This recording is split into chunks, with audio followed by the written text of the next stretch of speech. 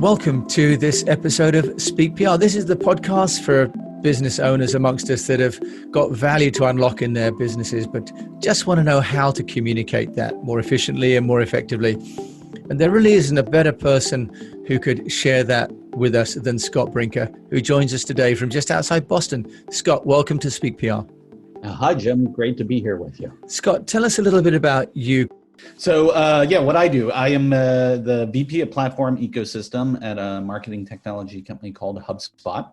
And so I help HubSpot integrate with so many other different marketing and sales technologies out there. And then I also write a blog, Chiefmartec.com, which I've been doing for about 12 years here now. Really diving into the dynamics of, technology in the marketing world. And then as part of that, we also run a conference, not this year, but in normal years, called the MarTech conference, which I'm the program chair of.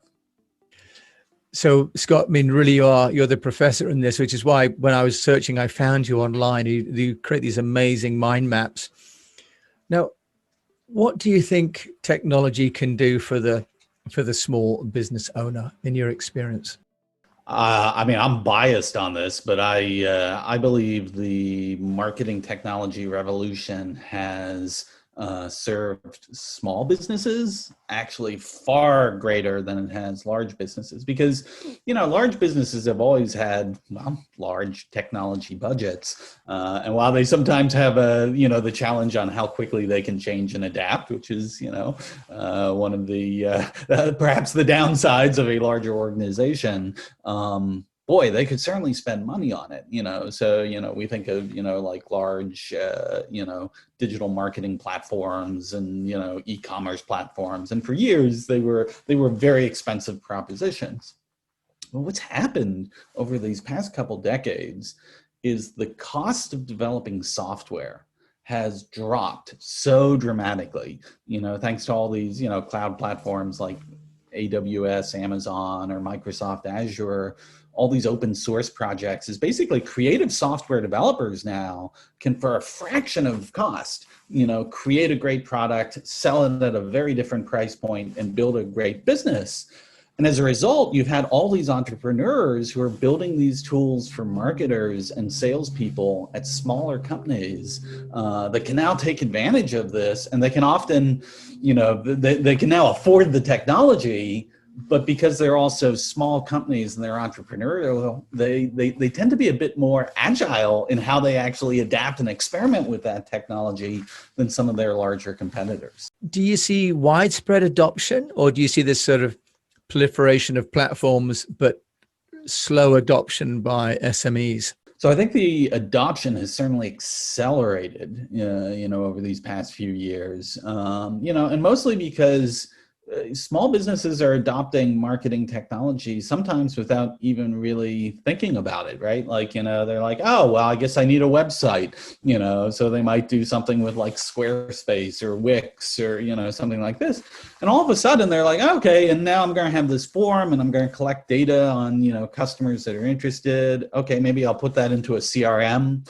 One of HubSpot's strategies has been a free CRM that then a lot of small businesses can adopt too. And so without really thinking about, okay, I need a technology strategy, you see SMEs that are like, oh yeah, well, of course, we've got our website, we've got our CRM, of course we have an email, system that we use to stay in touch with people. It's just almost become a part of our daily life. You said in one of your articles about the second golden age of MarTech. What do you see as some of the kind of hard trends that are coming into play for MarTech? And what does that mean for SMEs? Which ones should they adopt? Yeah, so one of the things that was interesting, like in the past 10 years of marketing technology, it started with there was like, maybe 100, 200 companies offering marketing technology, which at the time seemed like a lot, right? But over the past 10 years, because of those absence of barriers to entry in, software, the landscape of marketing technology solutions has grown to thousands. Like we did a map earlier this year that mapped out 8,000, and that was by no means comprehensive. I know because we hear from all the people we somehow missed. So right, you have just an incredible explosion of technology.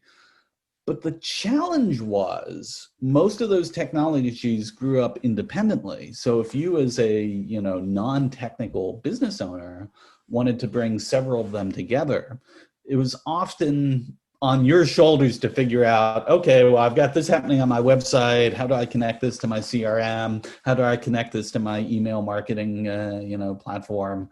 That really hindered adoption for a lot of folks. But one of the things that I talked about in that trend for the second golden age is I think you're starting to see the platforming of marketing technology. So sort of like if you have an iPhone or you have your Android phone, you now have this universe of apps that you just can plug right into, and they just work, because iOS and Android are designed as a platform. And I think what you're now seeing in the marketing technology space is, many of the large marketing companies, HubSpot, Salesforce, Adobe, they really started to shift their product strategy to be more platforms and working with those other, more specialized MarTech apps to make it easier to plug in. And ultimately, this is about getting those business owners to a place where like, oh, I can harness these different technologies without having to be a systems integrator myself. Which applications do you think, Scott, are the core ones that, let's say, a business owner is starting on this journey of sort of the digitalization of their marketing? Yeah, there's about 4 or 5 capabilities that pretty much every business needs at this point. So you need a website. You need some sort of way that people can find you online, a way that you can share content, get discovered, through search engines. So that's the first place. The second is then you need some sort of CRM. You need some sort of place that, it doesn't have to be super fancy, but just a common database where you're able to keep track of all of your customers and all of the people who are prospective customers and how those relationships evolve. The next thing you generally need is some sort of email marketing solution.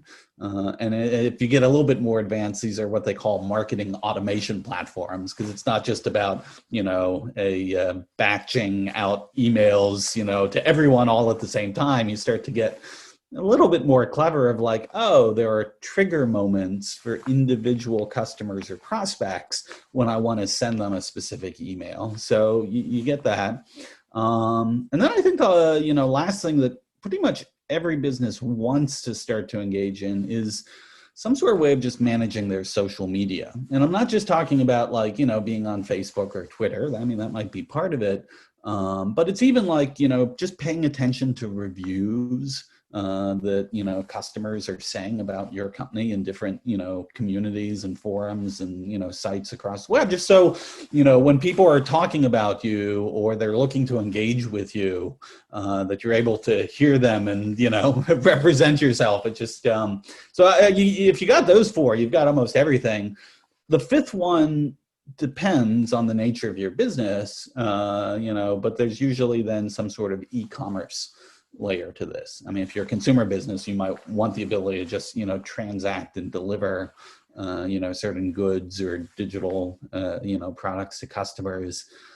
In B2B, that's still a little less common today, but particularly here in 2020, as things have been changing rapidly for all of us. I think you're starting to see even in more and more B2B oriented businesses, this ability to just be able to do transactions with customers online. So if you get that universe, that's a pretty complete set of digital capabilities. You also have to have quite a strategy to kind of manage the workflow and the content within it. How do you think companies can manage that? Because that becomes a job that kind of nobody had before. Yeah, it definitely, there are new skills associated with this, but it's interesting the way you worded the question, was almost starting with like the strategy of it. And I think that is still probably for most businesses, the most important piece is like, how do we want to engage with our audience? Like, forget the technical details for a moment of how we actually, operate and execute that, but just like, why would people come to our website? Like, what, value are we looking to provide to them? Why should people, talk about our products, in a great way on social media? Who is our tribe? Who is our target audience? In the digital world, competition is, as they say, just a click away, so I think companies, on one hand, it's an advantage, like you can compete in almost any market if you want, but you have to be really clear on your strategy of why you, who do you serve better than the other options in that field do. But yeah, I mean, once you've got the strategy side of that, then, one way we see a lot of small businesses, get started in implementation is they will work with a small agency. There's a ton of these like, small digital agencies that are serving SMEs. And this is their whole business is like, okay, at a modest price point, be able to help these businesses get up to speed on what's possible. Do you have, perhaps with your HubSpot hat on, some examples, a case study of how companies gone from maybe sort of offline to online and how that's impacted them, and any challenges that they faced and how they overcame those, Scott, with or without an agency, or maybe through guidance from HubSpot itself? Yeah, I mean, I think there's kind of a ton of case studies, even just going to the website. I'd almost encourage, folks to, go through some of those to like pick the one that they felt was best aligned with their particular industry. But I think, if you are an existing business that is now looking to add this new digital layer, to what you do, the first place to start is just understanding for your existing customers, how do they want to interact with you? What are they looking for? And, one advantage of being a small business is usually you have a more intimate relationship with who your customers are, and I think, the first place to start of even just like talking with them, how can we serve you better? What would you like? It goes back to that first step of just really understanding the strategy of like, why are you doing things online? And then I think once you've got that clarity, then the ability to either hire someone, who's maybe on your team who does this, or again, if you're a small company and you're just getting started with this, engage one of these agencies to, help. There's even some agencies now that, will do some of this work on a contingency basis. They will put their money where their mouth is. So there's pathways there.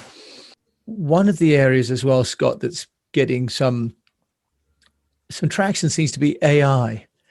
And I've been looking at some of these services that are helping to auto-generate content, what seems to be out of, an analysis of headlines or body copy and giving you 3 or 4 different iterations. What's your view on the impact of AI on MarTech? Yeah, that's a really fascinating topic. So there's sort of what's been possible in the past few years. Like when most people have talked about AI in marketing, they've actually usually been talking about a form of machine learning that essentially looks at a whole collection of data that we have of like, okay, what are the signals that indicate a certain set of customers have a higher propensity to purchase, or how do we predict, which customers we think will have the greatest lifetime value, or how do we identify when we think a customer is at risk, from churning, that these machine learning algorithms, now that computing is so cheap and data storage is so cheap, right? They can just look at a ton of all this digital data and make predictions that can be frankly quite effective in identifying where we prioritize our time. And so a lot of companies now use these predictive algorithms without even really thinking about it as like, oh, okay, we're deploying AI. It almost becomes a feature in the software they're using. I think it's interesting that we're now coming to another inflection point where, the example you talked about of, these more generative AI models that are starting to create things that I think in people's popular, ideas of like, okay, well, I mean, a computer can't do that. I mean, sure, the computer can analyze this data better than I can, but, when it comes to, writing a song or, crafting copy, I mean, it's not like the computer's going to do that.